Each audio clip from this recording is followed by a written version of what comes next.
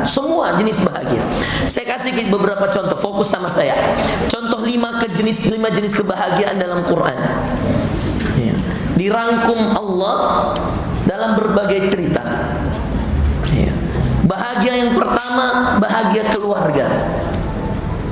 Siapa yang paling bahagia keluarganya dalam Quran? Ini kisah Quran ya. Adam bahagia? Enggak. Kenapa Adam tidak bahagia keluarganya? Dipisah suami dan istri. Diturunkan dari surga, dipisah. Adam di mana, Hawa di mana. Susah mengkategorikan keluarga Adam bahagia. Susah mengkategorikan keluarga Nuh bahagia.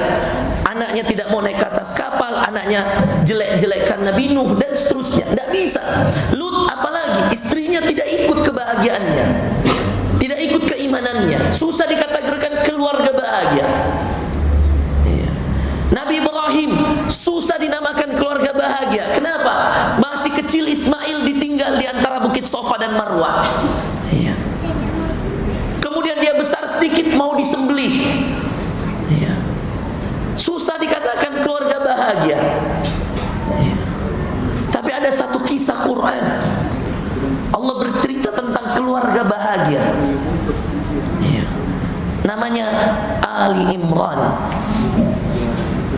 Keluarga Imran. Jadilah dia sebuah kisah. Anda kan gak nyangka, makanya jangan pernah bilang Al-Imran, salah.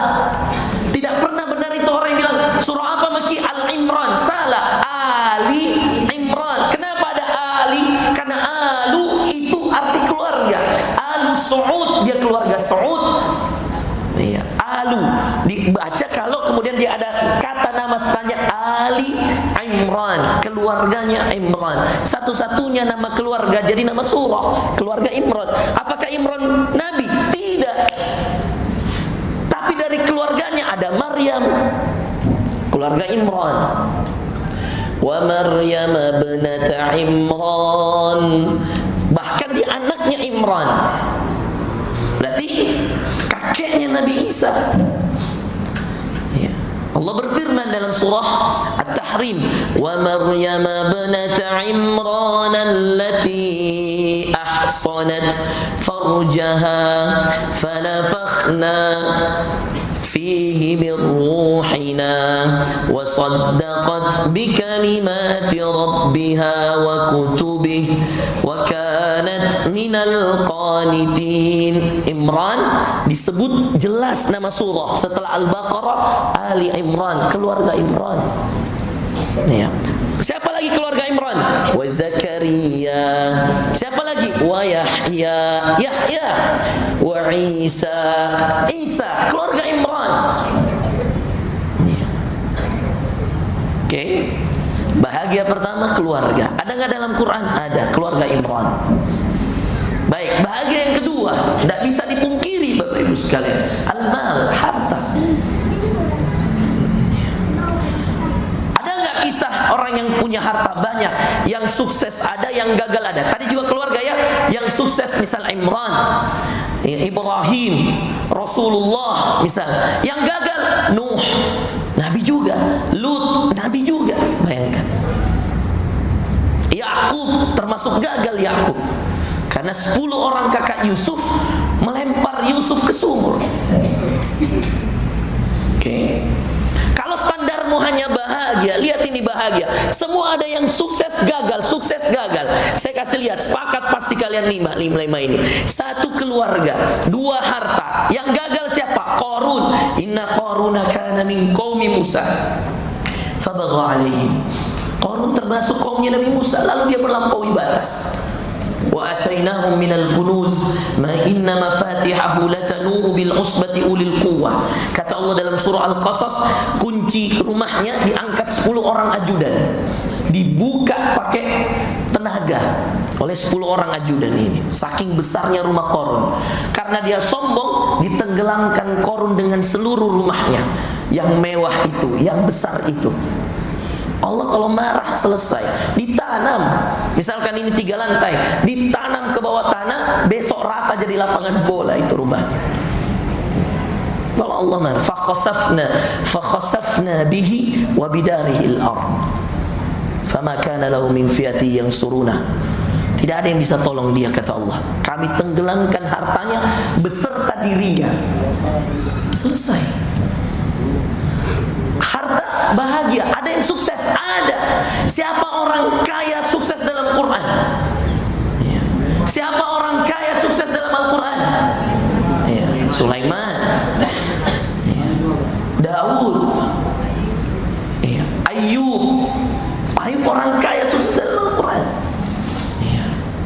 Tapi kalau kita spesifikkan, bahagia yang selanjutnya itu sehat, itu Ayub.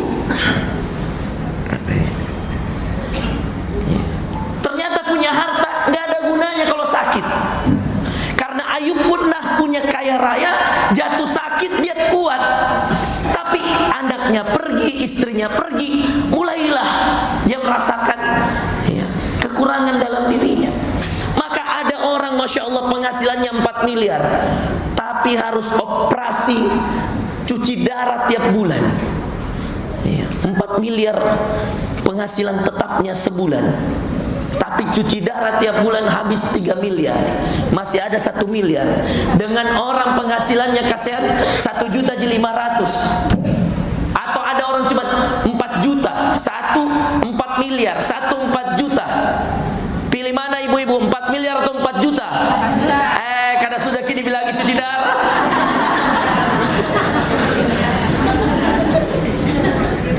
Kalau saya mau kasih 4 miliar, asal jangan ada cuci darahnya. Ya, sehat. Sehat, karena ternyata sehat itu bagian dari kebahagiaan. Bahagia nggak sehat? Bahagia. Saya lihat kisahnya bisa sampai di sini, heran mak ya. Karena kayak ibu ini, Masya Allah 3 lantai ini masih kuat. Berarti ibu masih sehat karena naik 3 lantai. Ya. Masya Allah. Ya. Bahagia dengan keluarga tidak cukup. Ya. Bahagia dengan harta tidak cukup. Ya. Bahagia dengan kesehatan cukup nggak? Tidak cukup. Karena banyak orang sehat maksiat. Ya. Heran saya di CPI, ya. Orang sudah lari pagi dari sebelum subuh. Kenapa saya tahu? Saya mau sholat subuh di Masjid 99 Kubah. Ya. Ada acara saya waktu itu di sana. Ya. Paginya sudah ramai orang. Bahkan sebelum subuh sudah ada orang lari. Dia cari sehat, tapi lupa yang maha menyehatkan. Siapa yang maha menyehatkan? Ya. Maka kalau ada anak tabu, ya, Pak, mau pergi lari pagi, nah belum pergi sholat subuh. Ya. Ambil ki sepatunya, sembunyi ki. Ya, jangan coba-coba kau pergi lari kalau kau belum sholat subuh. Malu sama Allah. Apa dia cari orang lari? Saya tanya. Jawaban, satu kata. Kalau Anda ditanya, apa yang dia cari orang lari? Sehat. Orang semua lari untuk apa? Sehat. Orang jalan pagi-pagi untuk apa? Sehat. Semua sepakat. Tapi kalau melupakan yang maha sehat, yang maha menyehatkan, kesalahan, kebodohan. Tidak standar jadinya, Pak. Nah, ternyata sehat juga relatif. Ada orang pakai taat banyak, ada orang yang pakai maksiat banyak.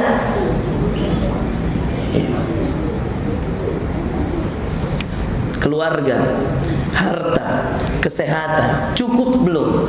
Jabatan, kekuasaan. Ada yang sukses, ada. Nabi Sulaiman raja, Nabi Daud raja. Ada yang gagal, ada. Zulkarnain raja. Ada yang gagal, banyak. Fir'aun raja. Haman perdana menteri. Gagal. Maka kalau standarnya bahagia, mohon maaf sekali, masih banyak 50-50-nya. Sudah, belum. Apalagi Ustaz yang membahagiakan orang. Yang membahagiakan orang yang paling sering juga didapatkan hari ini dan semua sepakat, orang punya ilmu dengan orang tidak punya ilmu. Orang punya ilmu dan orang bodoh. Bahagia nggak punya ilmu, bahagia Ustaz. Ada yang ilmunya kedokteran, tapi ada dokter nakal. Ya. Sudah disumpah nakal. Makanya memang kadang-kadang kita yang penting juga punya ilmunya. Saya tidak larang mutlak kalau memang ada solusi.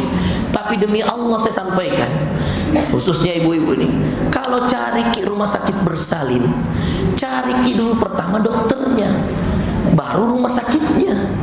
Jangan kita datang ke rumah sakit, dokter spesialisnya laki-laki, ya, padahal masih banyak perempuan.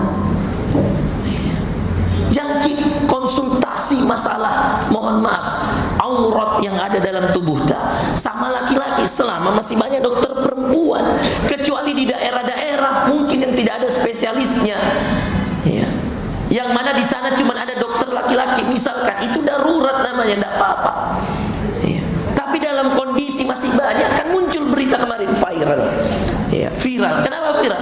Karena ada orang, ya, perempuan konsultasi sama dokter objin laki-laki, lalu kemudian dokter laki-laki itu naudzubillah, ya, melakukan asusila wal iyadzubillah, ya. Maka ilmu laki-laki ada orang menggunakan dengan kebaikan, ada orang menggunakan dengan maka standar bahagia susah, Bu, ya. Nikmati saja hidup kita, ya. Bahagia itu sederhana, mensyukuri yang dititipi Allah, bahagia, ya. Berarti Allah melihat kita layak dengan segini hari ini. Kalau besok ditambah Allah, berarti Allah sudah melihat kita sudah mampu untuk ditambah. Kalau kenapa Ustaz dikurangi, jangan salahkan Allah, salahkan diri kita. Mungkin dengan yang kemarin banyak yang belum disyukuri, masih banyak mengeluhnya daripada syukurnya. Hati-hati. Maka standar bahagia susah, ribet. Lebih ribet lagi tadi sukses, di atasnya bahagia.